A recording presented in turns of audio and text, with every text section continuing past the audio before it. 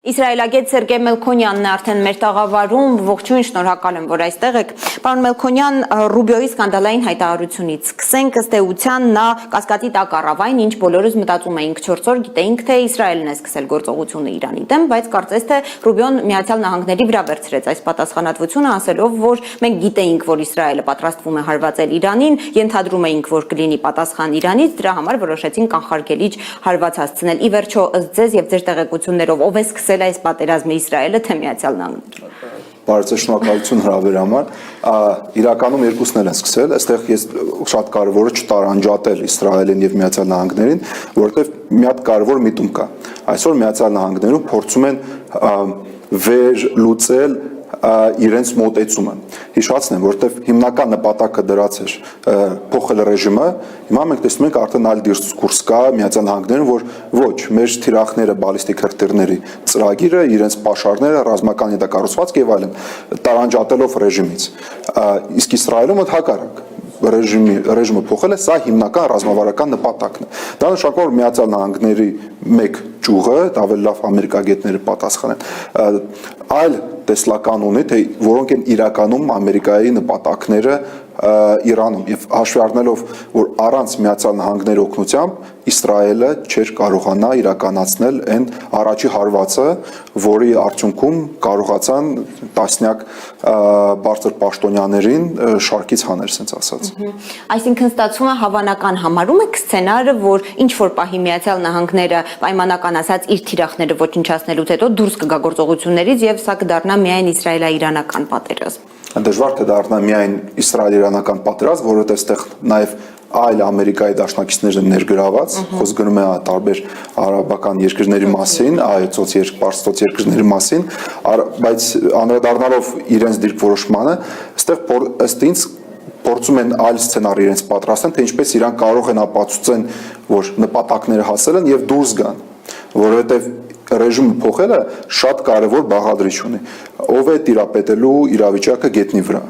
համ մարզերում, համ բուն Տեհրանի փողոցներում։ Հետևաբար Իսրայելի վարչապետը եւ Ցահալից տարբեր ողջույններ են ուղված ադրբեջանցիներին, քրդերին, բալուչներին եւ այլ ազգերին, որ կանգնել, զենք վեկարել եւ պայքարել ռեժիմի դեմ, որովհետեւ հասկանում են, որ ռեժիմը չի ստացվի փոխել առանց որևէ գործողություններ գետնի վրա։ Իսկ հաշվի առնելով, որ Ամերիկայում առնվազն միջ այսօր լուրջ չէին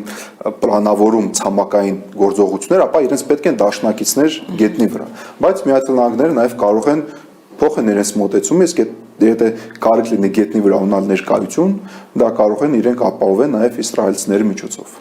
Եվ ինչ հաջողություններ ունեն այս գործում Իսրայելը Միացյալ Նահանգները, այսինքն ստացվում է, որովհետև պատերազմող երկրում մի քիչ դժվար է, չէ՞, պատկերացնել այդպես մեծամասշտաբ ցույցեր, մարդիկ իրենք էլ երևի շատ չեն ցանկանում փոխ դուրս գալ։ Այսօր Իրանում կային լայնամասշտաբ ցույցեր, բայց իրանք ավելի շատ պրո-կառավարական են, այո, եւ դժվար կլինի պատկերացնել հակակառավարական ցույցեր, եթե չլինեն տարբեր տրիգերներ։ Օրինակ տեսնեն, որ իշխանությունը չի տիրապետում լիովին իրավիճակը Քրդստանում։ Կամ հիմա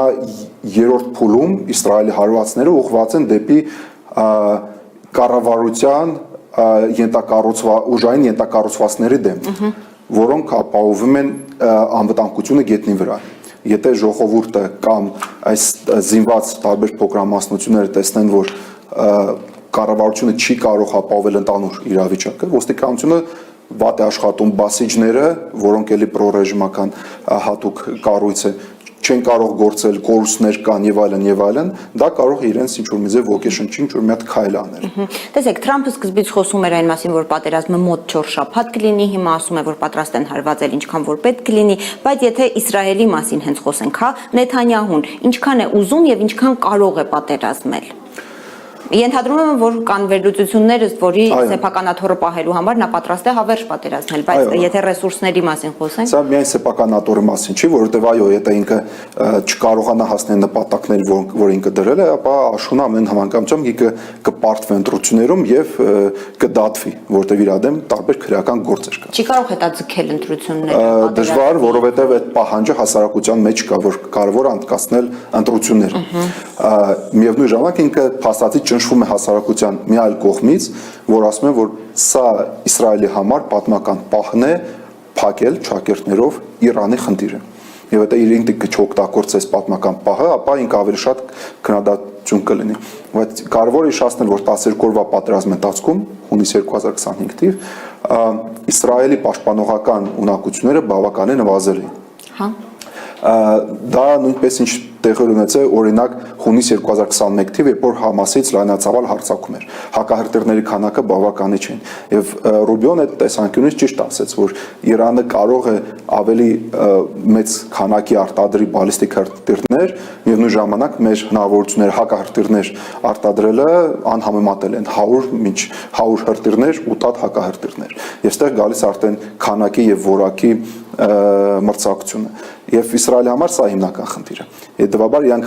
հարվածում են համես պուսկավոյ ստանովկեքին, որտեղից այս հրթիռները գալիս են։ Պայմանական Իրանը կարող ունենա 1000 հրթիռ, բայց դա ինքես ուստանովկեքը չունի, անիմաստ են։ Կամ նաև հարվածում է այդ ենթակառուցվածքին, որտեղ այդ հրթիռները արտադրում են, որպեսզի Իսրայելը կարողանա իրանց գա պաշտպանված։ Տեսեք, շատ կա վերլուծություն այն մասին, որ իրանական կողմի պատասխանը այս հարձակմանը շատ անսպասելի է եղել, հատկապես ամերիկյան կողմի համար, մի տեսակ կանխատեսված չի եղել, որ ծոցի երկրներին առանց նախազգուշացնելու կսկսեն հարվածել եւ այլն։ Իսրայելի առումով կա նույն այդ վիճակը, հա, որ մի տեսակ անսպասելի լինի իրենց համար կամ անակնկալի եկած լինեն այդ պատասխանից։ Իսրայելում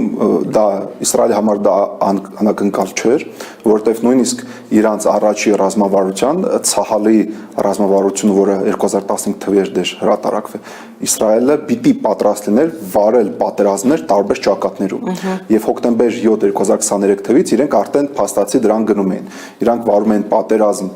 Համասի դեմ, Հեզբոլայի դեմ, Հութիների դեմ, Արևմտյան ափով եւ նաեւ հարվածում են Իրանին։ Իրանք առնվազն 5 տարբեր ճակատներ վարում են պատերազմ։ Հիմա գրեթե նույն բանը է։ Դրա համար իրանք գնում են դեպի մոբիլիզացիայի, որպեսզի այսօր արդեն ցամաքային գործողություններ են տեղ ունեցել Լիբանանի հարավում, այո, Հեզբոլայի դեմ։ Նկատում եմ իրանք անվտանգության համակարգը դրան պատրաստ էր։ Իրենք ավելի բարենպաստ պայմաններ ունեն դեպ հաշվի առնելով, որ Ասադը Սիրիայում չկա եւ Հեզբոլայի ցամաքային միջանցքը, որ Իրանը կարողանա մատակարարի ինչ որ զենք զինամատերք Հեզբոլային, արդեն չկա։ Մեծ խոչընդոտ։ Հետևաբար այո, իրենց ավելի հարմար է այս կոնտեքստում պատերազմ վարել Իրանի դեմ։ Թրամփի մտերիմ դաշնակից սենատոր Գրահմի հայտարարությունը կուզեմ մեջ բերել, Fox News-ին ասել է, որ եթե Եվրոպայում քաղաքական համակրանքի վերաբերյալ հարցում անցկացվի, ապա Թրամփը եւ Նեթանյահուն կլինեն առաջին տեղերում հակակրանքի մասին է խոսքը։ Նեթանյահուի դիրքերը նույնքան այս պատերազմից հետո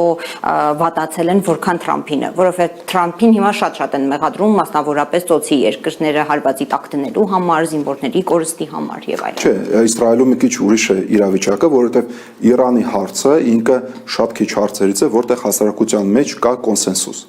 Նույնիսկ եթե հասարակության կես առնվազն Նետանյահուին դեմ է, որտեղ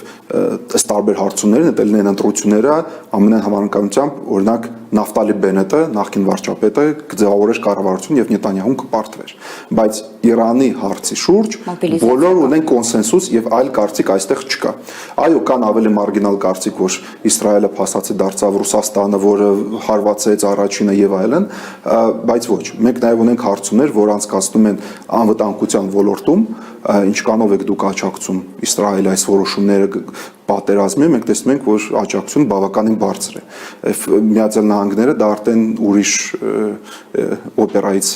մոտեցում է։ Հասկացա։ Մի փոքր խոսեցիք, ավելի մանրամասն կուզեմ ցամաքային գործողություն է սկսել արդեն Լիբանանում։ Իսրայելը եւ Հեզբոլլահը պաշտոնապես հայտարարել է, որ սկսում է հակաիսրայելական պատերազմի մեջ մտնել։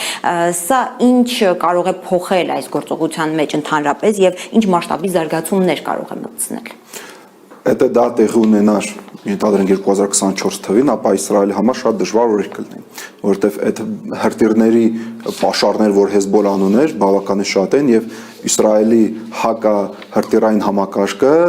չէր դիմադրի, երբ որ ունի հրթիռներ Հեզբոլլայից, դրոններ կամ հրթիռներ Հութիներից եւ հարվածներ Իրանից, դա դժվար կլիներ։ Հիմա, երբ որ մենք այն հայտնի Բեջերներ օպերացիայից հետո, երբ որ Վերնախավը շարքից դուրս եկել, երբ որ Իսրայելը մտերել Լիբանանի հարավ, պաշարներ մեծ մասը ոչնչացրել էր, հիմա ավելի հեշտ է Իսրայելի համար գործողություններ վարել։ Եվ Հեզբոլայի նպատակը հենց դա է, փորձել հնարավորինս իսրայելական ռեսուրսները իր վրա քաշել։ Հետո կարող են միանան հութիները կամ կարող են միանան Հաշտաշահաբին Իրաքում, բայց Իսրայելը այդ բոլոր սցենարներին այսօր պատրաստ է։